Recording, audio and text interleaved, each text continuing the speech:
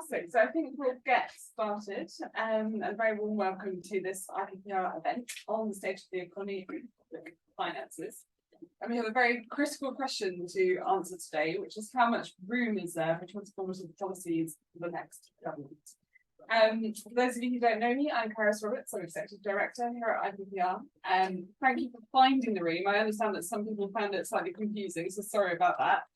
And I'm going to ask you one favour, which is that if you can't hear us at any point, we're not mic'd up today, so if you can't hear us, please just wave and we'll shout a bit more. And then the other apologies, Paul, I know you have to leave a little bit early, so make sure you're in time. So to introduce us and kind of why we wanted to hold this event, it won't be news to anyone in this room that after the shocks of COVID and high inflation, the UK economy and public finances are in weak shape. Public debt is up, trend growth is down, and living standards have taken their most disastrous hits on record. At the same time, there are long-term challenges abounding which require transformative policy action. So whether it's raising productivity and reversing fallen living standards, whether it's boosting the supply side of the economy through investments in health and care, and advancing the transition to net zero emissions, these all require significant support through public spending. And so we want to kind of get into depth on this.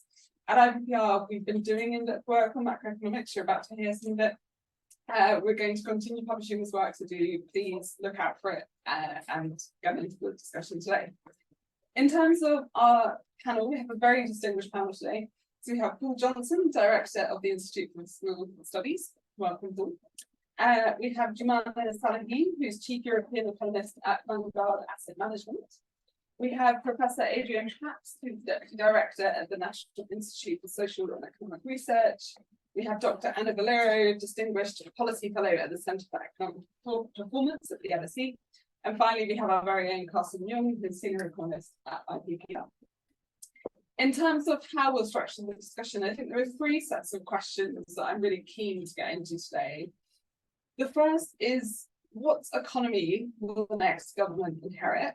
At the heart of this is a question of economic growth, of course.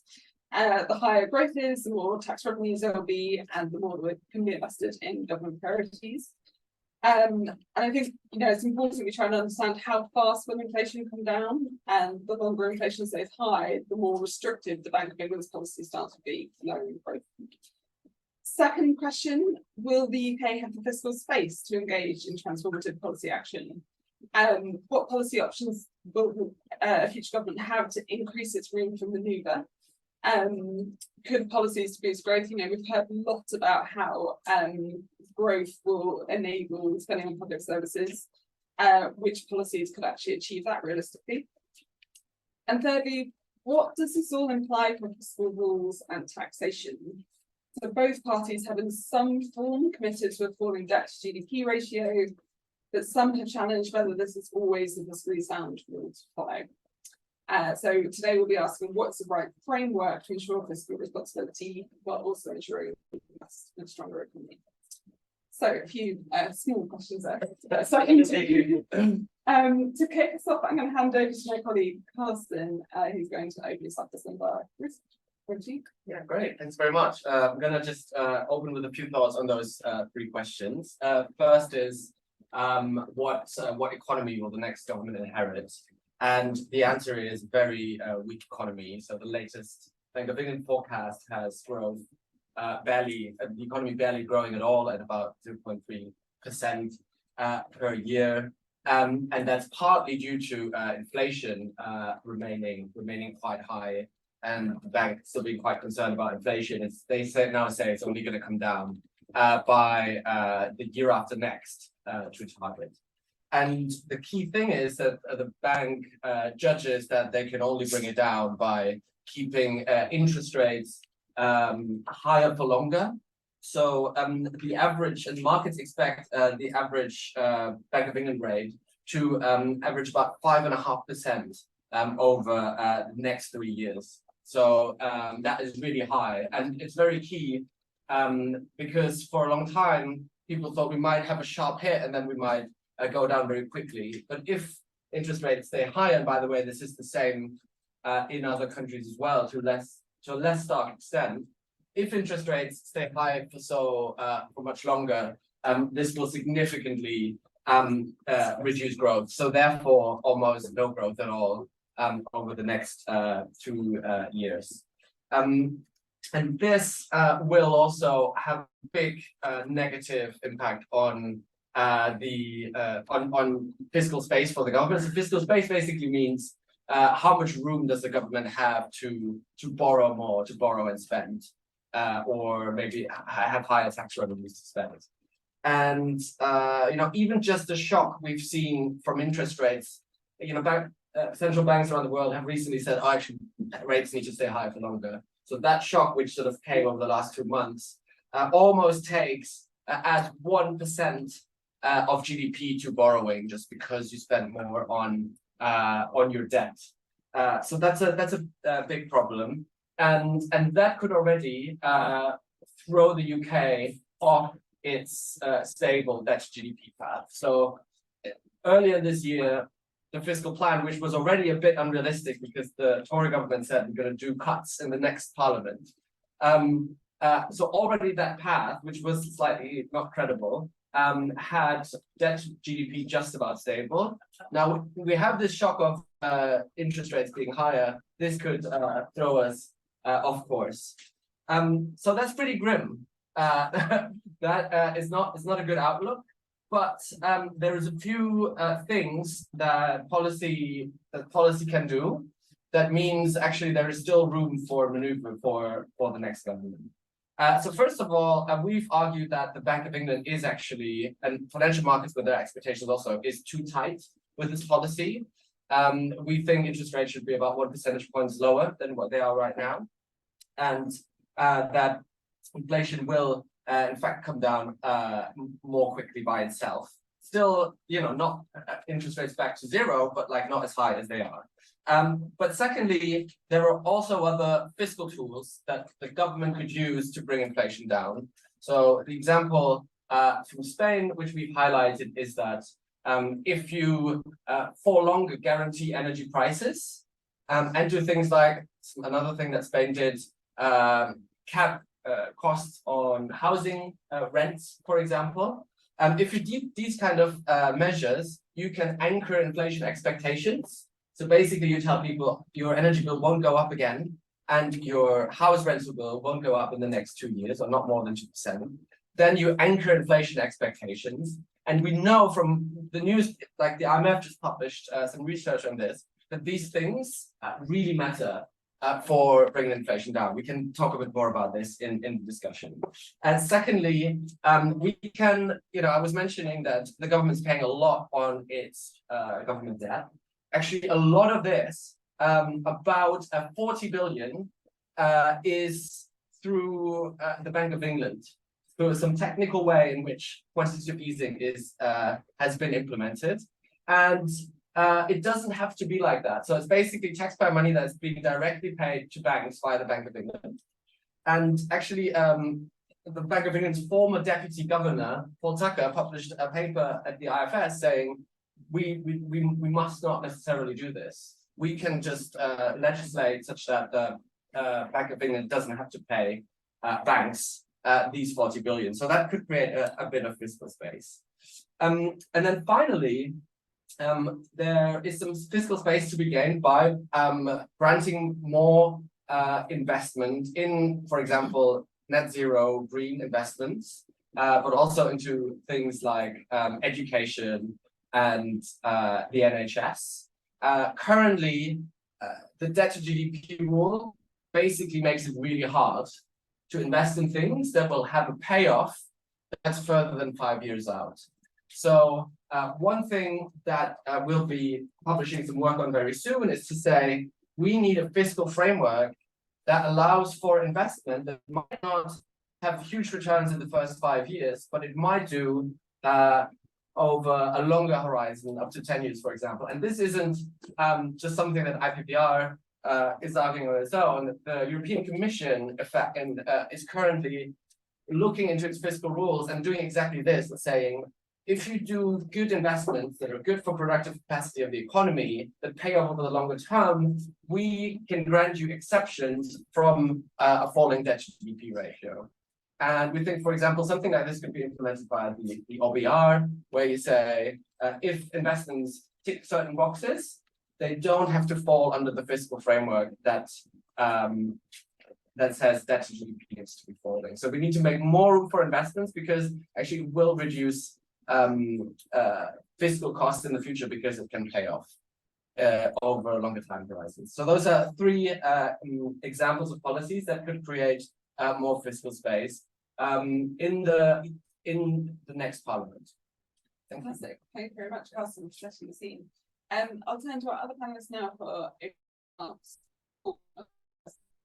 thanks ever so much. I'll say a few things. I've got a couple of things I want to say actually directly in response to some of the things Carsten said. I mean, I agree entirely with the starting point. It is not a happy one, both in terms of likely economic growth. We don't know what economic growth will be. It could be that the next government gets lucky. We don't know, but I think we can't bank on that. But where we start in terms of lots of things is quite worrying. Taxes are at their highest level essentially ever in the UK. They've gone up by more over this last parliament than over any other parliament. So we're starting with tax levels at a high level for our UK standards, still well below Western European standards. Actually, over this parliament, public spending has risen pretty fast. It hasn't undone austerity by any means at all, but this has not been a parliament of austerity. Spending has grown relatively quickly.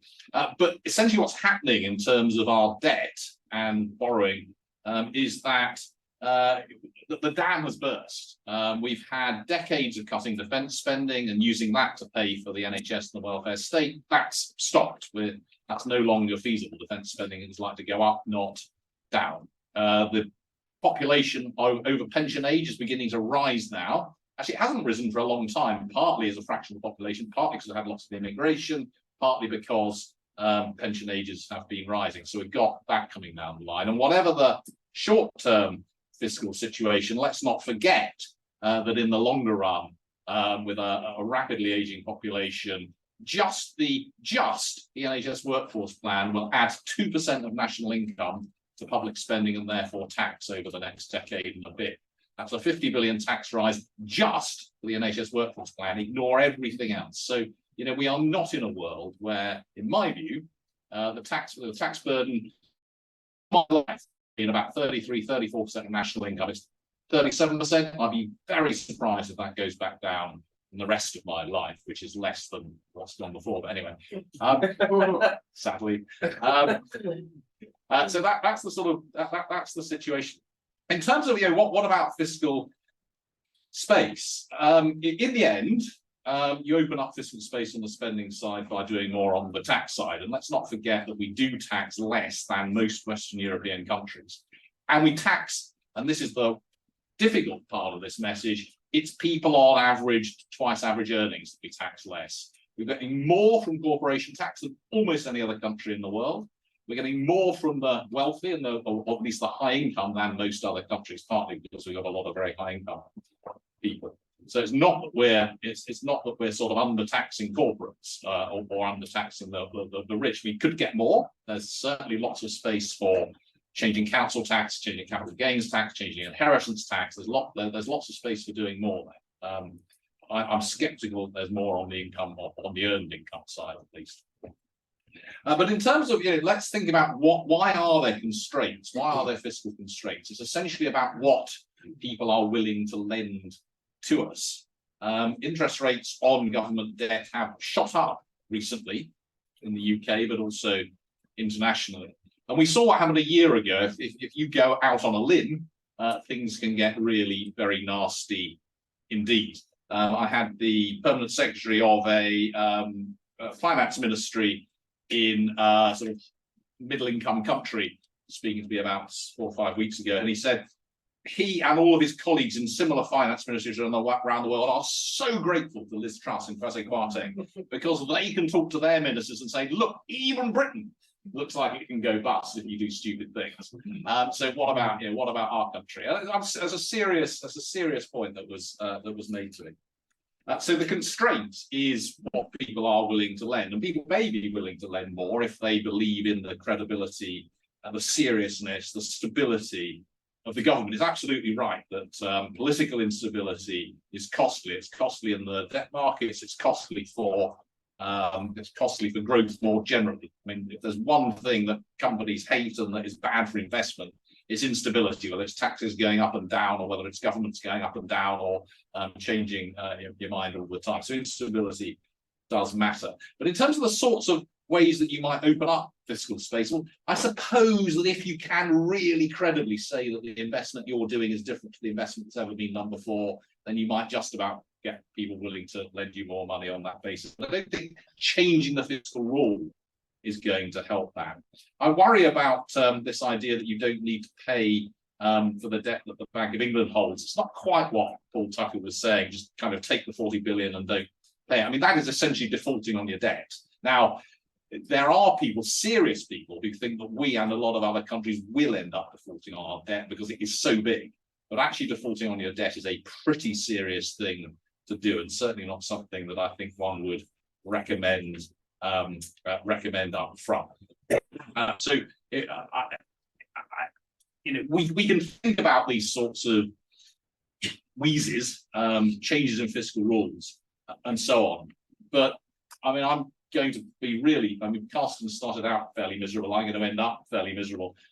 And in the end, if we really want to spend more, and relative to most of the rest of Europe, we do spend a relatively small amount of national income on public services and investment. In the end, it's not by thinking about those sorts of things that's going to make the real difference. It is by actually grasping the nettle and saying we are going to take taxes even further above their historic norms than they are at the moment. And that's why I think this is a particularly difficult moment, because they are already way above our own historic norms. Yes, thank you very much. Jumana, I'll bring you in there. Okay, great. So I'm going to kind of take the more economics from a macro point of view, given that's my background. And what I'm going to talk about is GDP, the size of the cake that we're all going to eat. That's the size of the economy. And I'm going to give a few facts on that, but I'm going to argue, as others have done, that that's not the main thing to look at. The main thing is the slice of the cake that you're going to get, the GDP per person, per hour, if you like. So that's productivity. And really what matters is productivity growth, which is how is that slice of the cake that we're all getting growing over time. So if there's going to be more people in this room, that slice of the cake is going to go down if the cake size doesn't increase. So it's all that relative. And then the final point I'm going to talk about is obviously what drives that productivity growth. I'm going to touch on investment. So let me start with a few facts on UK GDP growth. So UK GDP growth over the last 13 years, since 2010, has been faster than other European economies. It's something, I think I've seen a tweet that the Treasury put out on that, but it's been slower than the US and Canada. But I want to emphasize that this reference point really matters, whether you start at 2010, you start a bit later, you start a bit earlier. It really depends what's going on. We know we had the global financial crisis in 2008, and since then, obviously, we see a big downturn. So therefore, you see a big recovery as well. And 2010 is a long time ago. If we think more recently, if we think of the last 5 to 7 years, the UK economy has actually done worse than the Euro area, than the US, than Canada. So I'm thinking relative to Brexit, it's been worse. Relative to pre-COVID, it's been worse. Can we find European economies where the UK has done better? Absolutely, we can. But I'm talking about, let's look at the aggregate, let's look at the Euro area as a whole. So going forward, touching on Carsten's point, at Vanguard, we do see that there will be a recession coming in the UK economy in the coming years. And so we do expect the GDP picture not to be so great in this year and the next year as well. So let me now move to productivity growth. This is the slice of the cake and how that's getting bigger over time. The UK, if we look back to the 1960s, over the very long run, or even the last 200 years as well, productivity growth in the UK was 2%, the same as the US, same as Canada, same as other European economies. And that's kind of what we used to have in our mind, 2% productivity growth. But since the global financial crisis in 2008 and 9, productivity growth fell everywhere. Okay, there was a global shock. and it fell everywhere. So that's not necessarily, okay, the UK's done worse. Actually, everyone's done worse. The UK did a bit worse, actually, than everyone else. It sort of doubled the fall since the global financial crisis, about 0.8 percentage points where it fell, relative to 0.4 in the euro area and 0.3 in the US. Then what happened after the global financial crisis is many economies saw a rise in their productivity, so productivity growth rebounded. However, in the UK since Brexit, it took another step down, right? So everyone else, we see the dip, we recover, and the UK takes a step down. In our space, the story broadly holds.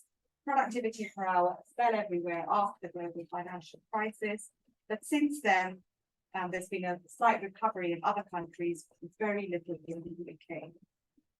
So where does that leave us in terms of investment, which is the point that I was trying to make? What drives productivity growth? The truth really is nobody really knows what drives it and over what time period. Economic theory, which is from a theoretical point of view, tells us that productivity growth is driven by investment in people, in the skills they have, in the machines that the people use, the infrastructure they rely on, so the roads, the rails, but also in how people and machines come together, right? So that's kind of technology, innovation, R&D, and so on and so forth. So we do know that there is a correlation, if you like, between what's been happening to investment in the UK and the IPPR. I've done a lot of work on this, and so have many others as well. And I'm sure it's going to come on to talk about this as well. What we do see is investments being weak in the UK. It's at the bottom end. I think yesterday there was a fact quoted at another panel. It's 27 out of 30 in the OECD when it comes to investment growth. And, it's been really weak. And since Brexit, it's fallen. It's basically been stagnant since Brexit, particularly business investment. The thing that I looked at, public investment, what I found really surprising is the flip-flop of public investment in the UK, and I really wasn't aware of that because I hadn't really looked at it before looking at it for this panel. So in other economies, it's about 3 to 4%. It's basically stable. If you look back to the decade cities, it's very stable across economies, but in the UK, it rises, it falls, it rises, it falls. And we all know that, when we think about investment in yourself, anybody's got kids and they go to the parent-teacher evening, what do they say? Be consistent. Study consistently. Investment is like that. And I think that's kind of what one of my transformative policies that I would like to suggest is, let's just be consistent. Let's commit to investing 3 to 4% of GDP every year. The other kind of transformative policies, I'll echo what Paul said, reducing uncertainty, absolutely 101 in theory, a lot of evidence as well. Not just about uncertainty about the macroeconomy, but fiscal uncertainty itself is also shown to be really bad news for firms. Why is that? Whenever there's uncertainty, should I invest or not? If there's a lot of uncertainty, let me just wait and see what happens. Let me not do it today. Investment is a long-term gain, and that's something, long-term gain, that's something that we have to remember. So it is all about creating the right environment, creating that vision. Do we need a lot of money? I know people have been saying we don't have any money. The debt to GDP 100%, whereas 13 years ago was 60%. That's absolutely right. But I think it's not about the short term. We're talking about a long-term vision here, setting that out. There's obviously the green agenda as well. And we're talking about creating the environment in which public decisions can encourage that private investment as well. And there's lots of examples here of innovation hubs. The FCA runs an innovation hub. The Bank for International Settlements run an innovation hub as well. I want to touch briefly on interest rates. Yes, we are going to be seeing a period of higher for longer. Here, that's not necessarily good news. But not only that, we're moving away from an era of low interest rates, where interest rates were at 0. We saw a lot of quantitative easing. We are moving away from that world now. So financing investment is going to be more expensive going forward. We don't see interest rates returning to that 0 low bound. So lots of challenges ahead, but also lots of opportunities. Thank you. Fantastic. Thank you very much, Jumana. Adrian, over to you. Thank you very much. I think often academic conferences that I used to attend for many years, they say everything has been said, but not by everyone. So there will be an element of repetition, though I hope not identical repetition. So I want to start with a paradox, which is I think the state of the economy of public finance is just as dire as the room for fiscal action is significant. So you might think just because there's no growth, because productivity growth is so low, because of debt and deficits, there is nothing we can do. But I think we've learned over the last 40 years that this mantra of there is no alternative is rarely, if ever, true.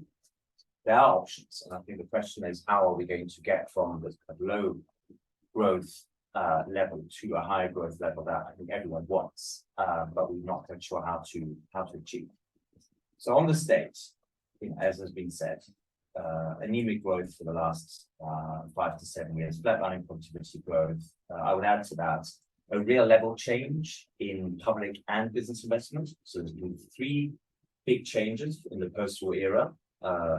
After the war, there was a greater increase, war economy and rebuilding the country after 45.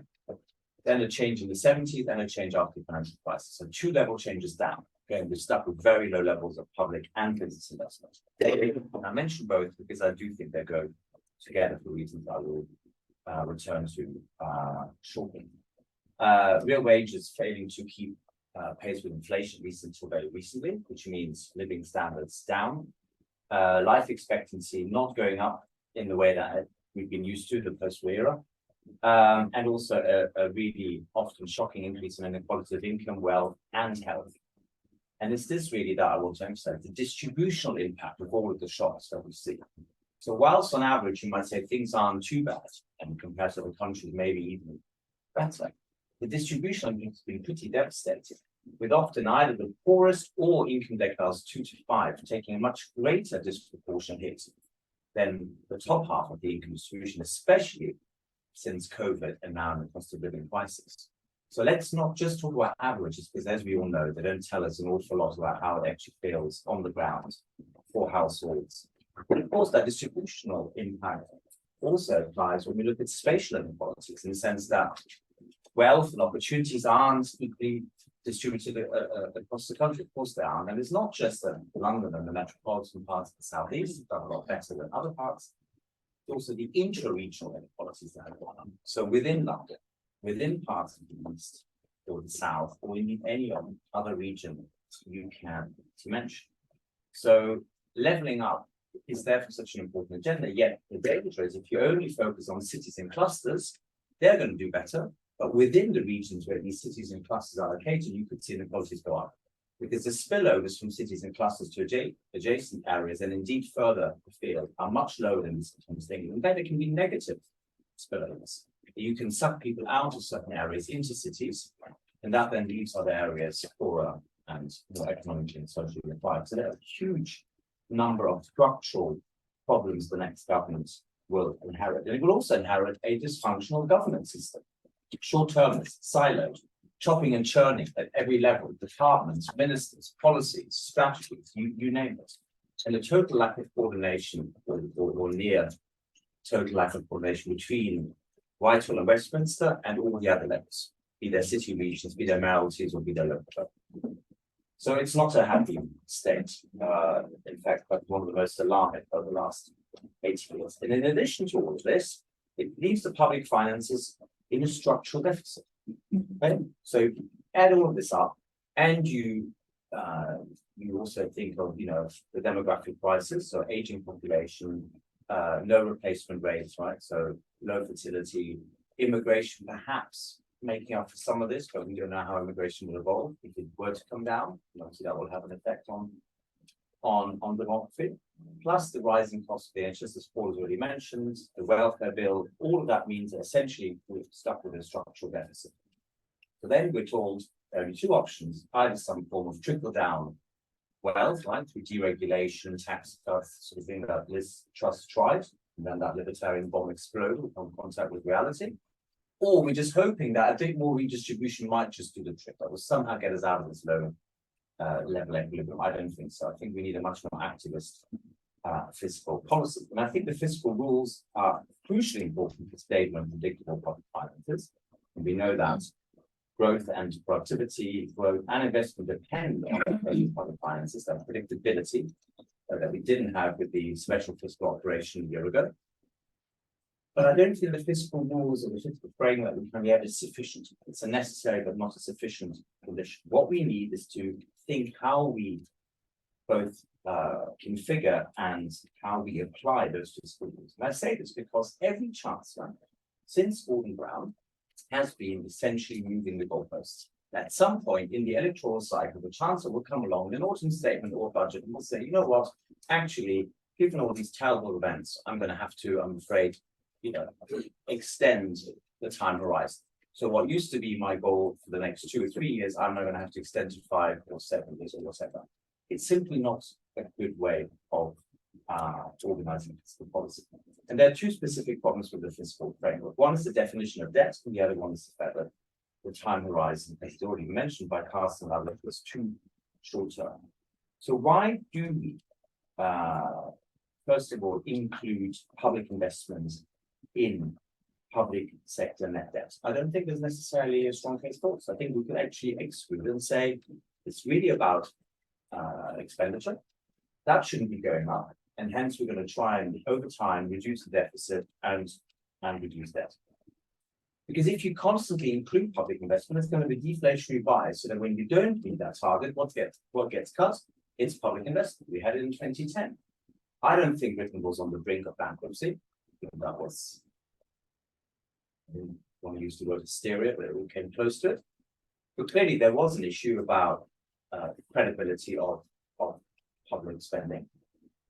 What really needed to be done is to say, okay, if we're going to get beyond this huge shock that was the financial crisis, we need to maintain capital investment. If that's exactly what risk cuts, that's in local government expenditure. That has left public services scarred, and it's left public and business investment lower than they should have been. So the first thing to do is to exclude public investment from the calculation of debt to GDP. The second thing is the short-term horizon. We should extend those rules from the sort of arbitrary 5-year horizon, which in any way gets changed by the Chancellor, to something like 7 to 10 years. It's much more credible. And then you can maintain all your targets about you want government debt to fall as a percentage of GDP, you want current expenditure to be financed by tax receipts, but it's the public investment that shouldn't be cut. Moreover, we need better coordination. So the question is the Treasury in its current setup best suited to coordinate economic policy across government? I'll leave that as a question. You can probably guess what my answer is. And we need to put much more into public investment because the fiscal multipliers are actually higher than I think often assumed. So first of all, the crowding out argument is a very poor one. We know from infrastructure, skills, R&D, that you need public investment in order to boost business investment. And secondly, again, the multipliers I think are often assumed to be much lower than their specifically, and I'll finish on that. The government in its budget, in its March budget, said it wanted to drive public investment up to 2% of GDP, which is roughly speaking 60 billion or so a year. The National Institute, we think that it should be closer to 80, right? Because that's roughly the need, 3%, because that is a better chance of driving up business investment.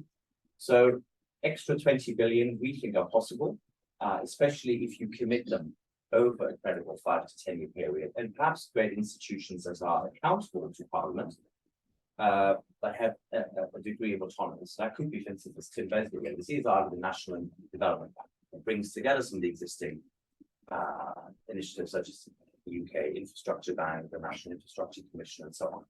But you need credible institutions, a bit like the OBR, has got some fiscal credibility, but there wasn't enough before. A bit like the operational mechanisms of the commitments. Where's the institution that can help us drive up public investment? Maybe something like the National Development Bank. So, Thank you very much, Adrian. And finally, over to you, Anna. Thank you. Well, I am going last, and I think I'll echo what you said. I will say some similar things to other speakers, but maybe from a slightly different perspective. So we think of growth and productivity in macro terms, but really the drivers of those things are kind of firm decisions a lot of the time. And so a lot of the research we do at the Centre for Economic Performance uses firm level data where possible to establish relationships. And really I will focus on, the kind of bleak outlook we face is kind of standing on the shoulders of the weak foundation that we've had since the financial crisis. We've had 15 years of stagnant productivity growth. In the years preceding the global financial crisis, productivity growth in terms of GVA per hour worked was over 2% on average each year. It's been less than 0.5% since.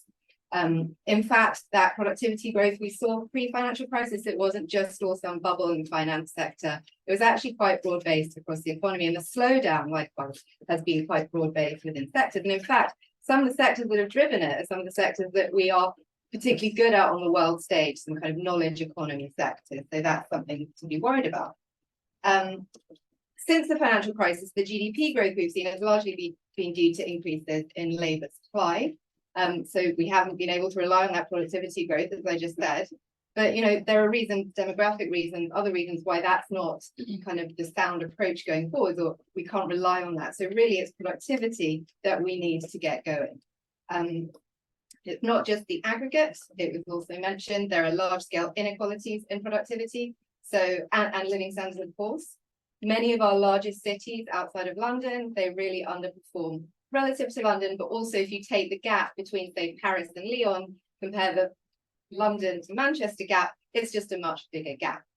So how can we actually improve some of the potential or realize the potential in our second-tier cities, many of which have many strengths, which could be fully realized?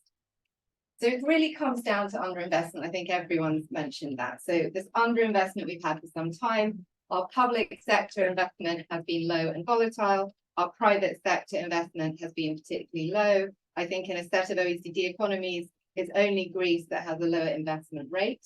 Our core comparators are about 2 to 3 percentage points of GDP higher in terms of their business investment rate. And that's gross fixed capital formation, which includes things like plant and machinery, and also capitalizing tangibles such as research and development expenditure.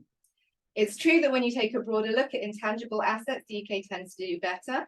But the problem is that doesn't seem to have been converted into the kind of outcomes we would want. So productivity being one.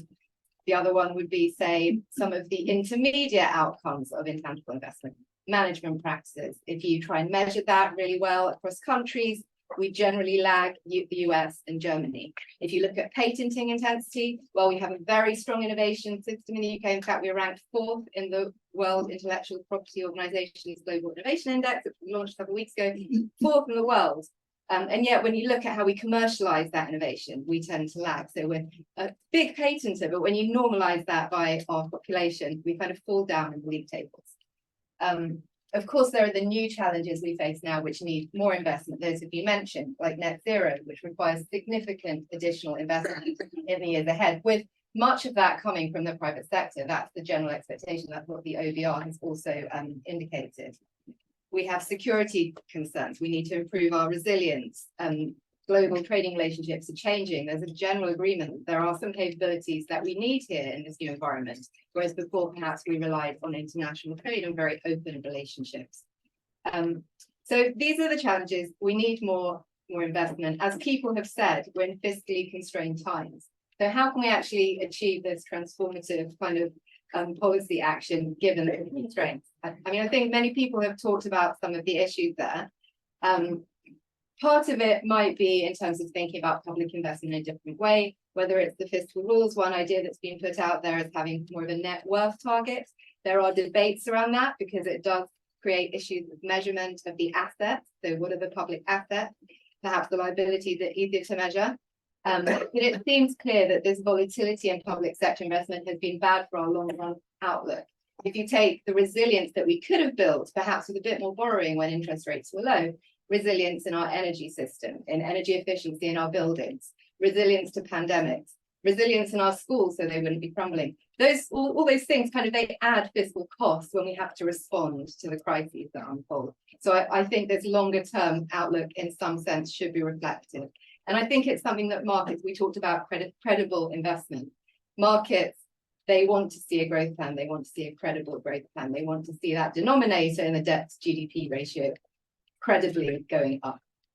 However, I would say there are transformative policy actions that can be taken that don't necessarily imply lots of government spending.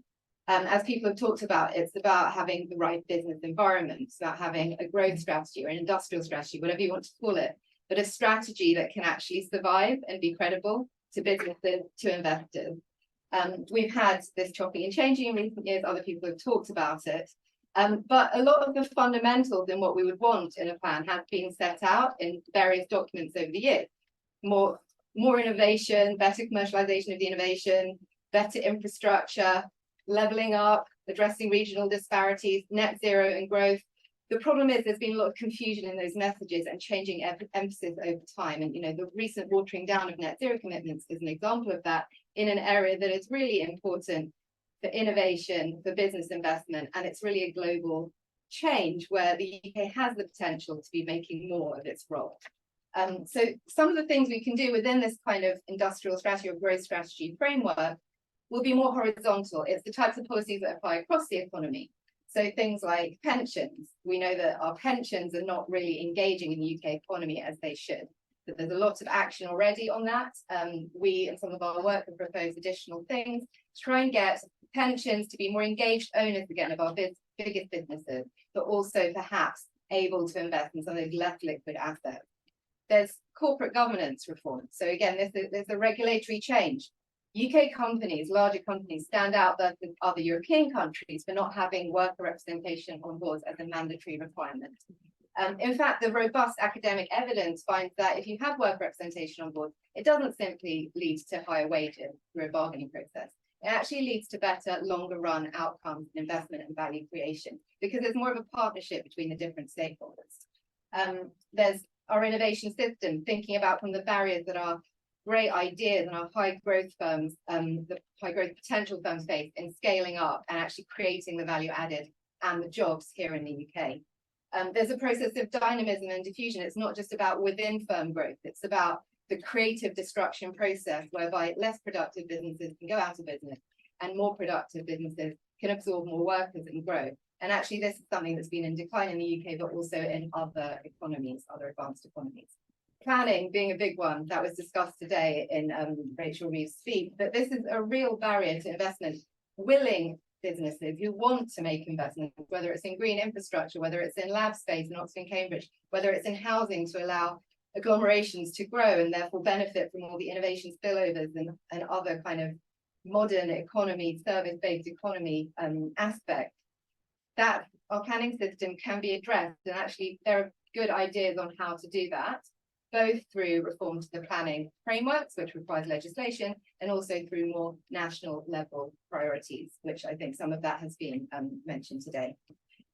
Taxes, so we can think about raising taxes, and I think it's clear that we are in a situation with all the needs of our public services and the pressures we face that taxes probably will have to rise, but it's about doing that in a fair way and doing it in a way whereby the incentives for investment are there.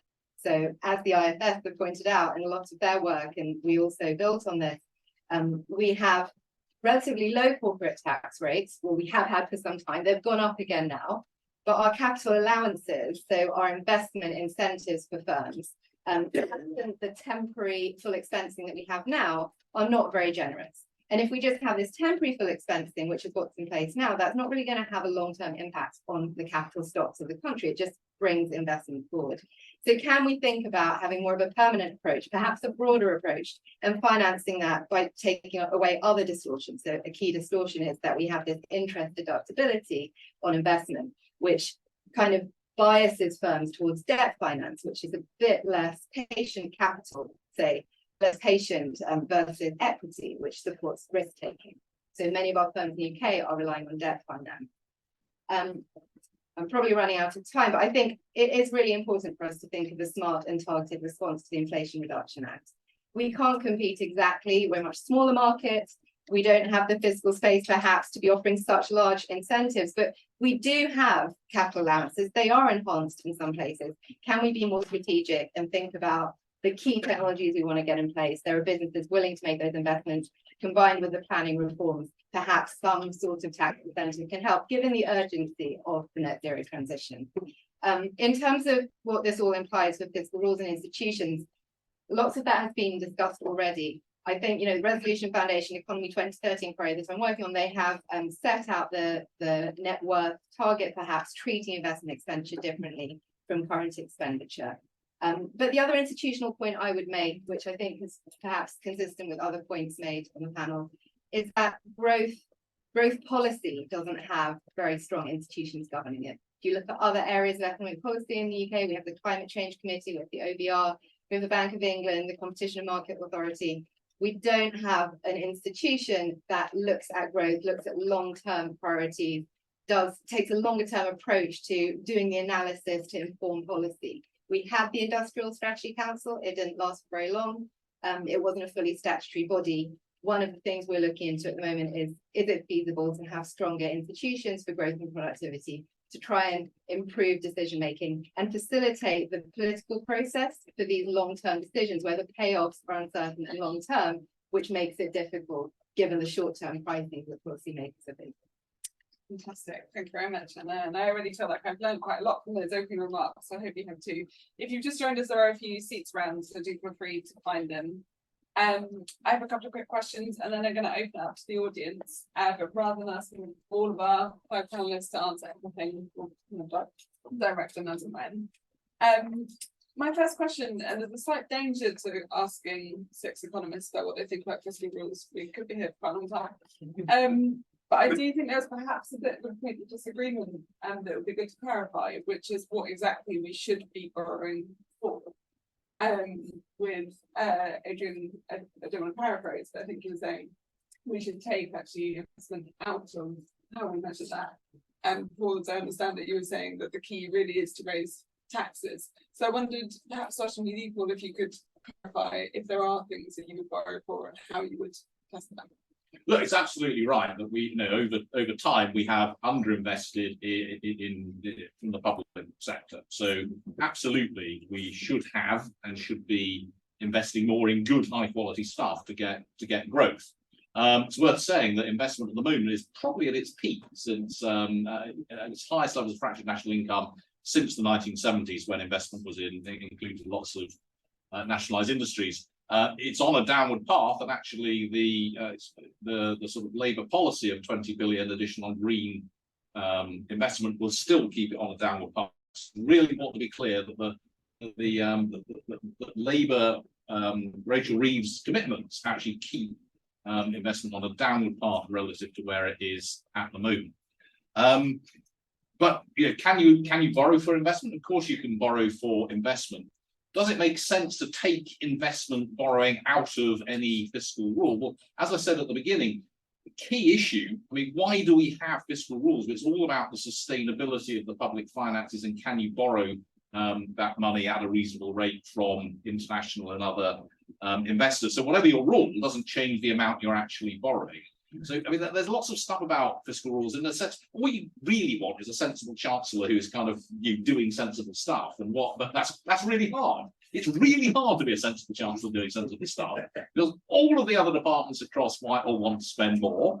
The electorate want less tax. So you need some kind of commitment device, and you need a commitment device which is credible with your colleagues. Probably most importantly, but also with the financial markets. Now, if you can convince the markets, if you can convince everyone that borrowing more for investment is okay, and that's not going to have an impact on your interest rates, then that's fine. But if you can't, then it's not. Whether you've got a fiscal rule there or not, I don't think it's going to make an enormous amount of difference. It is worth saying that additional, that there are two things we need to think about here. One is this kind of long-term sustainability of it. The other is timing. Now, this year, terrible year for borrowing more for anything, because your inflation is high.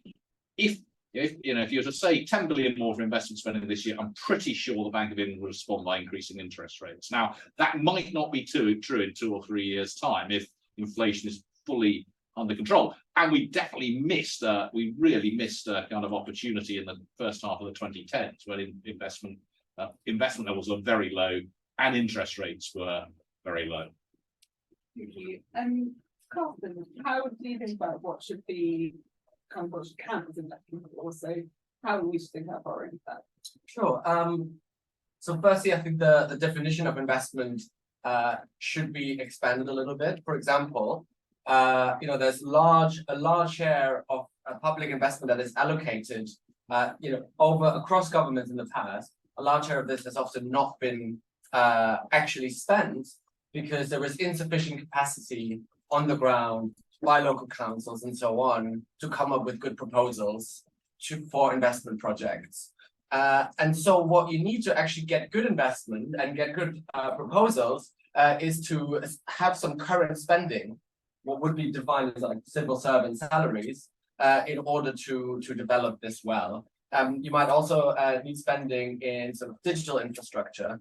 And you might, have need spending on an institution that monitors the investment strategy. So I think we should broaden this a little bit.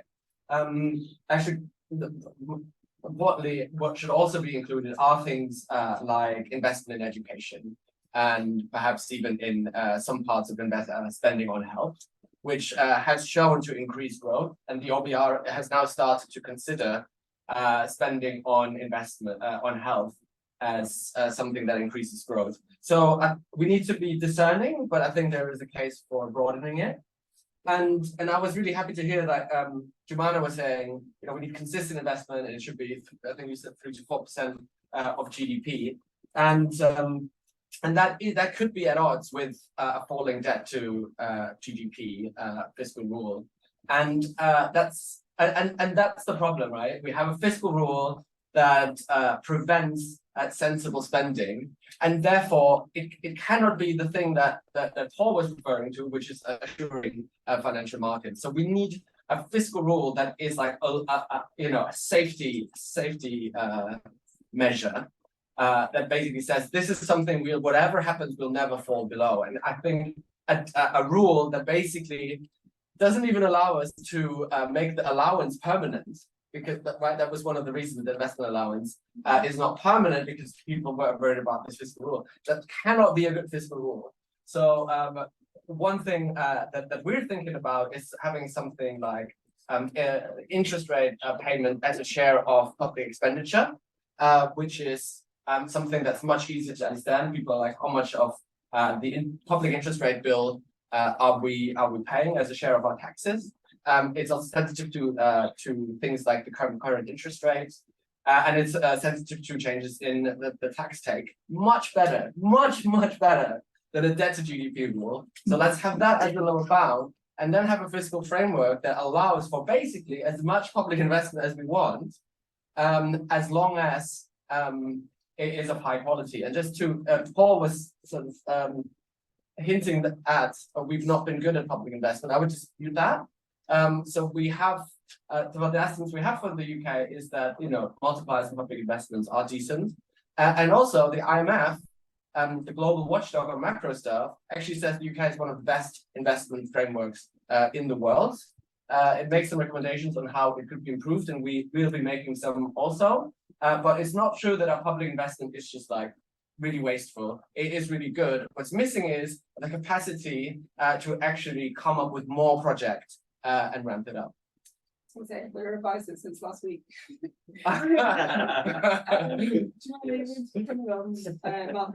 Yeah, just briefly wanted to make a comment just on, how financial markets can see this, because I work in the markets area right now.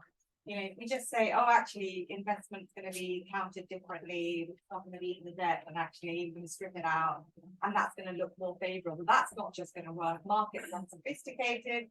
They are going to look at the whole debt sustainability, right? They're going to look at, is this actually adding to our growth or not? In the beginning, they might give you the benefit of the doubt to see if that works. I think the type of bodies that you mentioned, like having a growth commission or something like that, will definitely help markets in making that call. But it's not just a question of, oh, let's just take this out, we've got a better measure. Okay, so I think we've got some points of disagreement, which I always enjoy at Parliament, everyone to agree. I want to get as many questions in from the audience as possible. I'm going to take 3 at a time, and I will start at the back. Well, yeah, I'm looking at you, I'm not sure yet. Okay, no matter. So I'm a city councillor in Oxford, and Oxford is one of those places that does really strong growth. I mean, the sort of bidding wars in that space are not sort of completely insane. And yet at the same time, none of this growth and investment seems to sort of hit sort of locally. I mean, we're having a budget round at the moment, which is like generally appalling. Sort of, having to choose which swimming pools or like public toilets or whatever we have to close.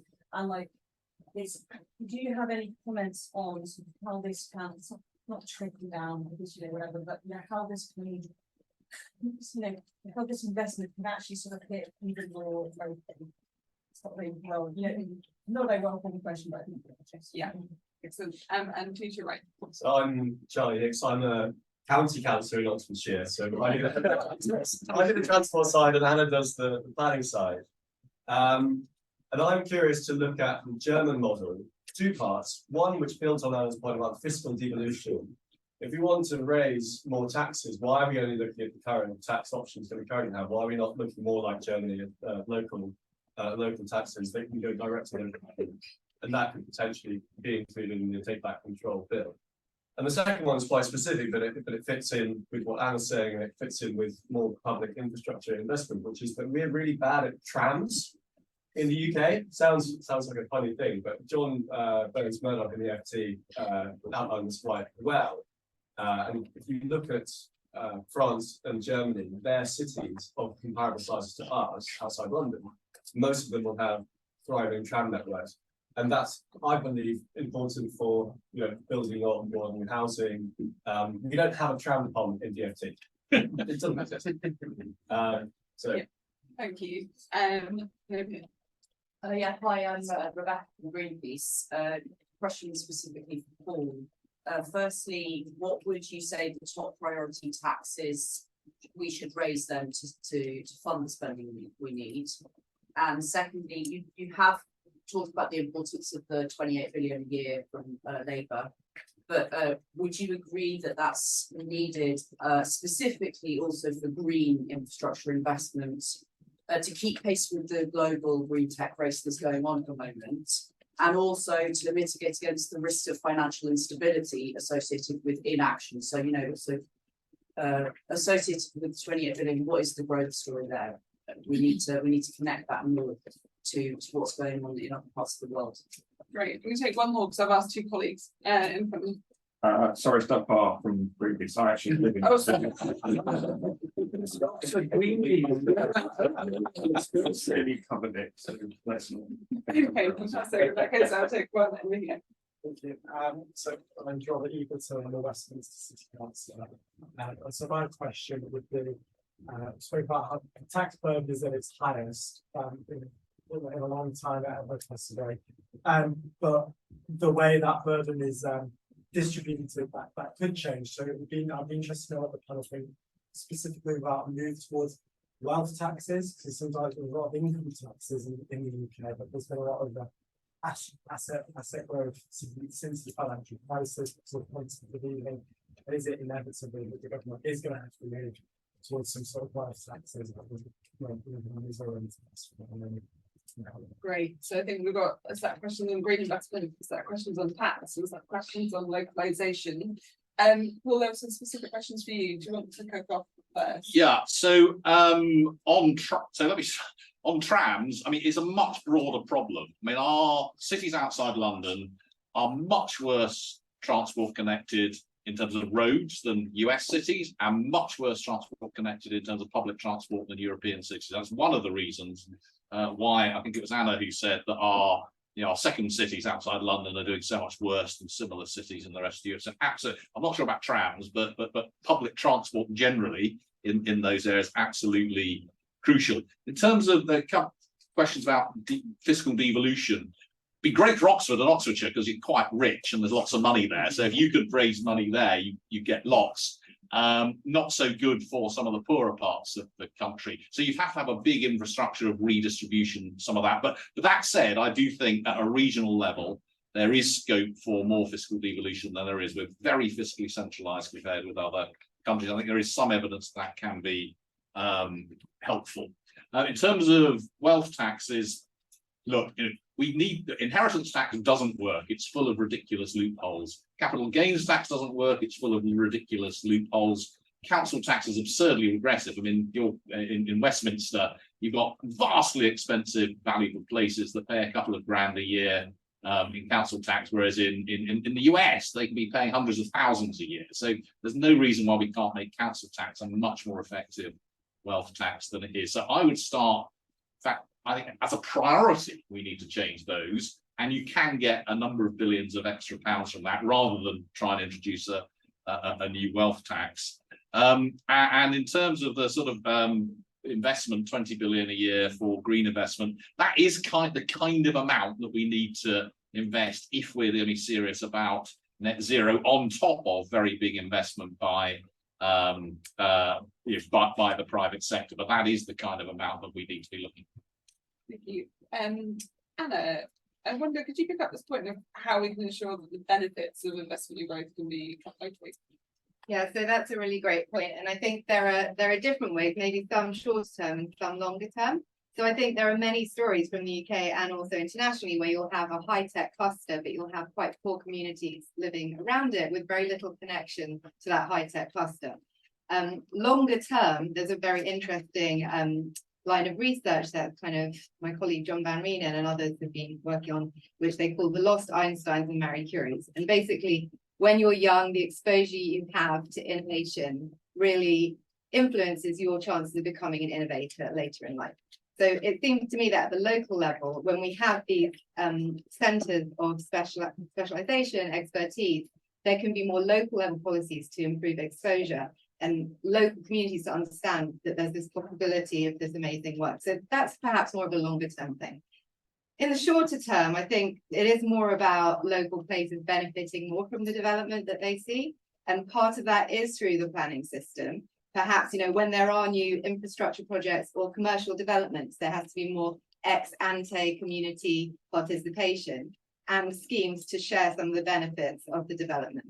So I think that's really important, and accompanied with some extent of fiscal devolution where possible, because actually that's another reason why our planning system is so restrictive. Local places will often bear the political cost of development without seeing much of the financial gain. Can I just touch on a couple of the other bits very briefly? I mean, I suppose the transport and the net zero points are quite intertwined for me. I think net zero is a really strong growth story for the UK, not only because we need to do it for our own purposes, but you could say we're a small share of global emissions, but we led in industrialization in the world, and we've also led in terms of climate policy. So we need to continue showing that leadership to be in a good place for people to invest and have confidence in our own policies too. But then on top of that, because we have all these strengths in our research system, we actually have a lot of specialization in technologies and innovations that are relevant to net zero. And that means that we have more opportunities we could exploit to actually develop those technologies through firms here in the UK and scale them up. And I'm saying this based on quite rigorous data analysis where we understand the specializations of this country versus other countries, how they change over time, and also where those specializations are in the country. And I would just say that on net zero, the specialization in relevant technologies is actually more spread across the country than just overall innovation in terms of intensity, like controlling the kind of how many businesses or the population in different places. So this suggests that as a route to leveling up or addressing regional disparities, net zero shows some promise. Adrian. Yes, thank you. Great questions. On fiscal devolution, I mean, first of all, the UK is one of the most over-centralized countries among all the OECD economies. And at the same time, I think what's really interesting is this juxtaposition of no decentralized political and financial system on the one hand, and quite weak institutions, including at the center. That is to say, institutions that don't actually get a lot done. I don't just mean HS2, we can go around and list all the things that haven't been done, house building, etc., etc. So, it's not just about decentralization, but I think that's a big part of it. It's also rebuilding effective state capacity at all levels. I don't think government departments work nearly well enough. I don't think city regions work well enough so far. Never mind local government, which was never properly rebuilt after it was decimated. So, there's lots to be done, but of course, evolving greater powers and more resource lower down is vitally important, as well as, of course, the accountability that has to come with accountability, not just to central government, because otherwise it's another treasury thing. The treasury is in control of everything, including the lower levels. but also accountability to the citizens in that area. So, you know, we do need to think about accountability and scrutiny very, very hard. But skill spending that's in there could be involved at no cost. So you spend the same amount, but you let lower levels decide what they spend it on. Mixed FE college is really important here because there's a skills mismatch. And I think some of those local levels have a better knowledge of their needs and interests. And I think skills spending is one of the things that should be devolved. It wouldn't cost us more. And I think that we would get more out of it. I think transport connectivity is key. But I think you also need to think the whole institutional ecology at that level. So yes, to trams or other forms of public transport. We know that buses are really important in parts of the country and that there aren't enough of them. But you also need to think about housing, about other forms of the infrastructure. It's not just one element that's going to solve the productivity puzzle. And eventually, it's a multifaceted thing, and the social infrastructure and the cultural infrastructure are almost as important as the economic one, if not more important in some cases. So how do you create a kind of culture of trust and cooperation in those cities, but also in the towns and rural and coastal areas? And I'm a bit worried again, our approach to this is very much, we're going to do this for cities and for clusters.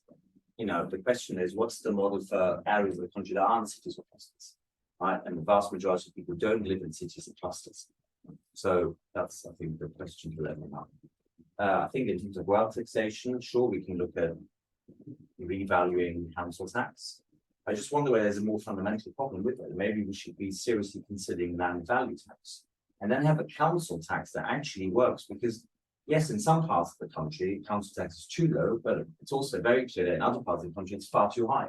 And people pay a huge amount of council tax and get very, very little in return. So can we fix council tax? Perhaps. I think land value tax is something we should consider. And in terms of the green agenda, absolutely. And I think we should really link it to manufacturing industry and think about a green reindustrialization that would help us build up some more capacity. Because what we don't want to be is so dependent on imports from countries that may turn out to be unreliable. So the green agenda is vitally important. Let's use it to rebuild where we can some high-tech manufacturing industry, because that over time is going to serve the rich economy better than if we simply think only about reducing emission. That, of course, is vitally important, but I think there's another side to this. It's a bit like the debate between emissions versus biodiversity. Yes, let's reduce emissions, but where's the rebuilding of our biodiversity? I think economics is essential. I'm going to take a few more questions. I've got one on the front here. Is there a danger within Ukraine and deglobalization have made us very pessimistic on inflation? And that means the interest rate cycle is going to be a bit higher for longer. That interest costs can be higher, less fiscal space. But if you think pre-Ukraine, level of energy and renewables is really falling fast and carrying on falling. Tech deflation, tech IT. Is there a chance we might actually have a bit more fiscal space for this crucial green investment? And we know the Treasury often gets the cycle wrong and how it affects the tax take. So is there scope for optimism post-Ukraine deglobalization not really being as deep as we fear? Great, thank you. And there's a question here. Hi, so obviously we've seen over sort of the last few years inflation, constantly outstripping sort of pay rises, constantly, particularly in the public sector, we constantly told by the government, well, fuels inflation, pay rise can never keep up in on inflation or beat it. Is the public sector in particular due to never receiving an inflation busting pay rise again? Does pay actually increase in relation to the fuel inflation? Okay, thank you. Jumana, that first question, have we been too pessimistic about inflation? This one. I think there's always going to be trends in different sectors. So what you're saying, some digital products, some technological products prices are falling, as others are rising, and the inflation target is for the aggregate. So you're absolutely right to call out, in some sectors, things are going to look better. In other sectors, it's going to look worse. Post the Ukraine, absolutely, the food and energy prices that were pushing it up, they're falling out rapidly. And so we are going to see inflation come back to that 2%, but not this year, probably next year. So it's going to take time for that to happen. But in some sectors, we can be more optimistic. Thank you. And Carsten, I wonder if you could cover that point about, are we due to another pay rise in the public sector again, and do pay rises fuel inflation? Sure, yeah. So we actually published a paper on this a month or so ago. calling for a 10.5% increase of public sector wages this year, which would come at a fiscal cost. So the main cost of this would be because it's current spending, we would argue this should be covered by tax increases. And that is a political question and in a way a redistributive question. But what we were very clear on is that even if you would say in the first year just paid it by borrowing, it wouldn't significantly increase inflation. So the current government has repeatedly said, oh, if we spend these 10 billion, it will like cause runaway inflation. If you use any estimates by like the IMF, by the Bank of International Settlements, or by the Bank of England, these types of sums don't cause significant inflationary pressure.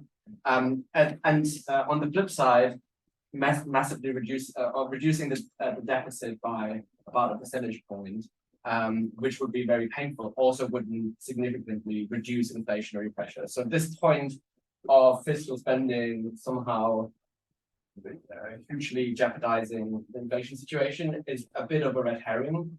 With regards to public sector wages, it is really about, do we want to raise the taxes to pay public sector workers more? I think it's worth saying a non-macroeconomic point. One of the reasons we were looking at this is that in lots of services, there's this huge recruitment issues that is really causing the society. So it's not just a matter of kind of like a moral case for paying those workers more. It's actually quite critical for the functioning of this. Any further questions? I think I've got two more, and then we'll probably end there. So at the back. Yeah, thanks very much. Yeah, I'm actually doing my own but just I was really struck by so many great ideas with the and things he was saying. There was one thing you said that jarred me a little bit, which is the idea that equity is sort of more patient than capital. So one of the things we're consistently seeing in the way fund managers are incentivized, the way particularly private equity operates, activism, and that sort of thing. It's putting pressures on large businesses to manage costs. That's not just costs through the wages of employees, and that has obviously stagnation effects across the wider economy, but also importantly on the effects of suppliers. So these are the smaller businesses that aren't necessarily listed, but it feeds through the chain, and the short terms in there. It's a free thing you can change when we haven't got a lot of money to invest is sort of maybe regulate that sector. So I wonder if there's any reflections in that space. Thank you. And there was one more question. It's Simon from working constituency. So one of the problems with voting obviously is the levels of debt that we have in the Borough Council, spreading up to 2.6 million. We're aware of probably about a sixth of councils having issues as a result of their finance position. And a lot of that is because from 2010 there's been year-on-year cuts of more than 10% from central government funding, leaving most councils broke. So the challenge that we have is if we're having risks being accounted for locally, which is how things work at the moment, letting us on all these housing projects and house building programs, how do we think it's going to work currently, given the structural problems that we have with local government finance? So it's really just how we think to address that. Okay, thank you. And Paul, I know you have to go in just a second. So just two very quick points on those questions. I think the key point on the tax system that I think Anna was trying to make is that at the moment there's this huge incentive to use debt finance. And in fact, with the new expensing policy, it's actually quite a big government subsidy for debt finance. And so you could actually well get economically unviable investments because there's a government subsidy for it, and actually bringing the two together in a neutral way should be the way forward. In terms of the local government finance, yes, I mean local government has suffered some of the biggest cuts across the public sector over the last 13 years or so. It's generally the case that those authorities, Birmingham, Woking, and so on, have big problems, have had other problems on top. It's not just the cuts that have caused the problem.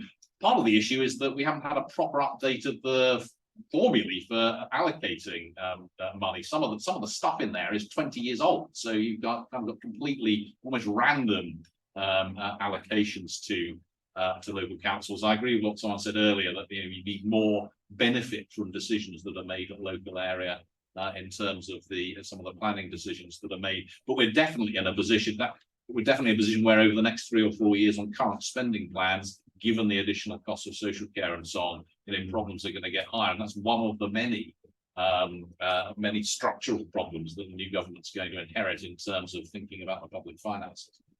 Sorry, I've got to go to the next one of these. Sorry. Well, thank you very much for your time. We appreciate it.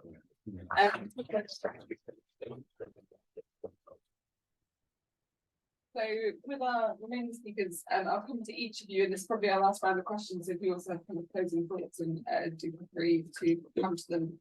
Anna, I'll start with you, particularly keen you pick up that equity financing. Yeah, I mean, it's a great point. I think there's different types of equity investment. The reason you tend to think, particularly when you're thinking about risky ideas or innovation, of equity as being patient, is that an equity investor doesn't demand money every year like a bank loan does, which demands interest every year. So equity can be more patient, waiting for some payoff later, once the business model is developed or the idea is commercialized. Of course, there are these issues, and this was one of the things that we were looking at when we considered the pension market in the UK.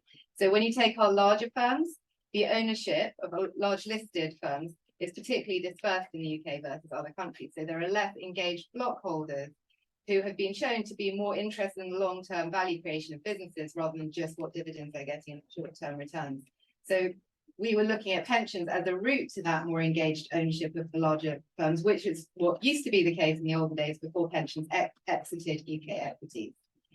So I think, of course, there are examples of equity owners kind of trying to cut costs and not thinking about the long term, but there is potential for that to be, with the right corporate governance structures and the right incentives, that you could get more patient capital through that route. Because the reality is that we don't have some of those banking relationships that exist, say, in Germany, where you have these longer term kind of outlook between the bank lender and the firms and the Mittelstand, which people can talk about. Thank you. Jumana, I mean, I just sort of like closing comments, just sort of saying it really feels like there's quite a lot of low-hanging fruit that's out there in terms of what can be done. We've seen productive investment being known for a long time. There's been a lot of research that's been done. We understand things a lot better. We've got other countries that we can look to. We can look more at evolution of spending. So I feel like there are a lot of avenues that are out there, and it's just a question of really, setting out that bold vision and strategy and moving forward with certainty. Thank you. Adrian. Well, I think very much echo what Adrian just said. I think as much as we're told there is no money, nothing can be done, we're stuck. It's just not true. Right? We've been told this again and again and again. There is no alternative. There always are alternatives. They don't always work, or not immediately, or some options may be worse. Again, we had an example last year of how not to try and kickstart growth, but there are options. So let's not deny ourselves and the rest of the country agency. Let's not deny ourselves some creativity, some imagination. But then also let's think very hard what those institutions are that are needed in order to inject more long-term thinking. Because I think what we all agree on is that we need a longer-term vision. It can't just be the next quarter, the next year, or the electoral cycle, whatever that might be.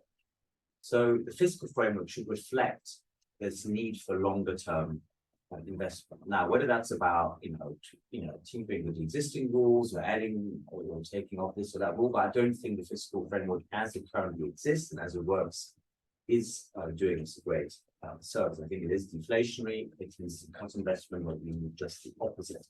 So either we change the fiscal framework or we add some institutions that can help us drive our public investment. Because public investment will help us unlock business investment. And on specific things, whether it's house building or other infrastructure projects, it's very clear that we also have a cost issue in this country. Why does HS2 cost infinitely more than similar high-speed lines in other countries? There's a lack of competition in the construction industry generally, certainly when it comes to railway and other sectors in particular. Look at house building, again, it's far too expensive. It's not just to do with planning and common law and land. It is really to do with the lack of competition. So we also need much more competitive markets. And talking of which, something like the tech platforms, I don't think they're paying their fair share of taxation. So yes, maybe generally corporation tax receipts aren't bad, but there's still lots and lots of examples of sweet deals done between certain businesses and HMRC. I don't think they're serving as well. So let's also look at some of those details. So there's lots to be done. We have plenty of scope for action. Let's not tell ourselves or others that nothing can be done. Lots can and has to be. Otherwise, we'll have the same conversation in 10 years. The country cannot afford another 10 years of the current low level of growth, productivity, investment, wage, skill, etc. Carsten. Right, yeah, really agree with all the points being made, and I just add, firstly, in terms of sort of the current situation this and next year, there's probably some more fiscal space. I think interest rates are too high and the deficit a bit too low given the situation we're in. So there is some more space for basic stimulus spending. Secondly, I think we can prevent higher for longer by some more innovations around how we bring down inflation. I mentioned fiscal tools that Spain used. In Germany, there's currently a discussion on what can we do to lower electricity prices by connecting it to the net zero transition. All of these would be innovative tools for bringing inflation down, would prevent the Bank of England having to keep rates higher for longer. Also just echoing the stuff on public investment and the fiscal framework, the UK was one of the global pioneers with the OBR and is considered as having one of the best fiscal frameworks.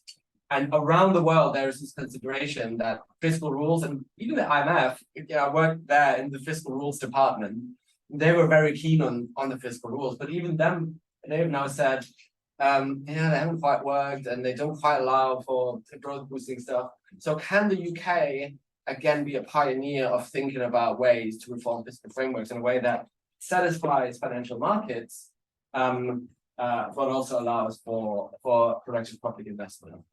And just finally, because the taxes came up, we've been arguing for a long time that capital and wealth is undertaxed, and there's more revenue to be raised. We've also argued that this in itself, if done well, can be good for the economy, because if you tax the right kind of things that are basically